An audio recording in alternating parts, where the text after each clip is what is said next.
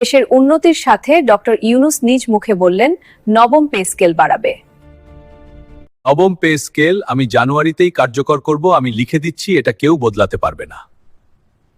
আজ সকাল থেকেই যমুনা ভবনের প্রশাসনিক কমপ্লেক্সে অস্বাভাবিক নীরবতা ও উত্তেজনা লক্ষ্য করা যায়, কারণ আজই বসছে এমন এক উচ্চ পর্যায়ের বৈঠক যেখানে সরকারি বেতন কাঠামো, নতুন পে স্কেল, ভাতা পুনর্বিন্যাস এবং রাষ্ট্রের সামগ্রিক আর্থিক সক্ষমতা নিয়ে গুরুত্বপূর্ণ সিদ্ধান্ত নেওয়া হবে।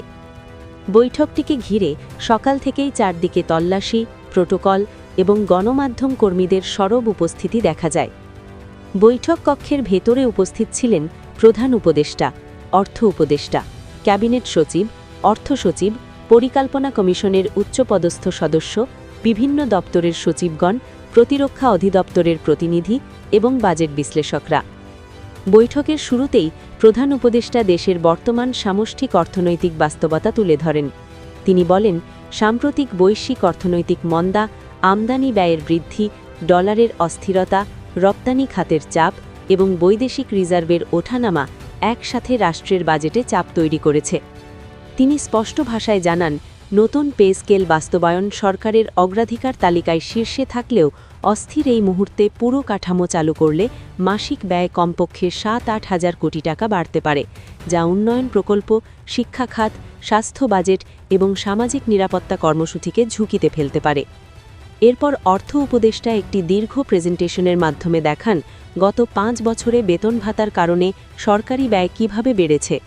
তিনি বলেন, নতুন পে স্কেল কার্যকর হলে বাজেট স্থিতিশীলতা বজায় রাখা কঠিন হয়ে পড়বে। তবে কর্মচারীদের দাবি ন্যায্য, এ কথাও বৈঠকে একাধিকবার স্বীকার করা হয়। মাঠ প্রশাসন থেকে আসা রিপোর্টে দেখা গেছে, বর্তমান বাজার দর, ভাড়া, চিকিৎসা ব্যয়, পরিবহন খরচ, স্কুল কলেজের ব্যয় সব মিলিয়ে বেশিরভাগ সরকারি কর্মচারী কঠিন চাপের মুখে আছেন। এই প্রেক্ষাপটে প্রধান উপদেষ্টা ঘোষণা দেন, পে স্কেল স্থগিত, কিন্তু বাতিল নয়। নির্বাচিত সরকার ক্ষমতায় এলেই পে স্কেল কার্যকর হবে। সঙ্গে আরও ঘোষণা, কর্মচারীদের অবস্থা বিবেচনা করে সরকার তাৎক্ষণিকভাবে 20% বিশেষ ভাতা প্রদান করবে। এই ঘোষণা বৈঠকে উপস্থিতদের মধ্যে এক ধরনের স্বস্তির বার্তা ছড়ায়। বৈঠকের দ্বিতীয়ার্ধে সচিবরা একে একে বক্তব্য দেন। কেউ বলেন, পেনশনভোগীরা সবচেয়ে বেশি ক্ষতিগ্রস্ত, তাদের জন্য আলাদা প্যাকেজ দরকার। কেউ বলেন, নিম্ন গ্রেড কর্মচারী ও মাঠ পর্যায়ের কর্মকর্তা-কর্মচারীদের ব্যয়ভার সবচেয়ে বেশি। কেউ আবার প্রস্তাব করেন, ধাপে ধাপে পে স্কেল চালুর সম্ভাব্য রোডম্যাপ তৈরি করা উচিত। প্রধান উপদেষ্টা সকল মতামত শুনে জানান, সরকার পে স্কেল বাস্তবায়নের জন্য সমস্ত প্রস্তুতি সম্পন্ন করেছে। কাঠামো, গ্রেড, ভাতা, পুনর্বিন্যাস, বাজেট প্রস্তাব সবই প্রস্তুত, শুধুমাত্র চূড়ান্ত অনুমোদন নির্বাচিত সরকারের হাতে। বৈঠক প্রায় ৩ ঘণ্টা ধরে চলে। শেষে সিদ্ধান্ত হয়, একটি পূর্ণাঙ্গ বিবৃতি তৈরি করে আগামী ৪৮ ঘণ্টার মধ্যে সব দপ্তরে পাঠানো হবে।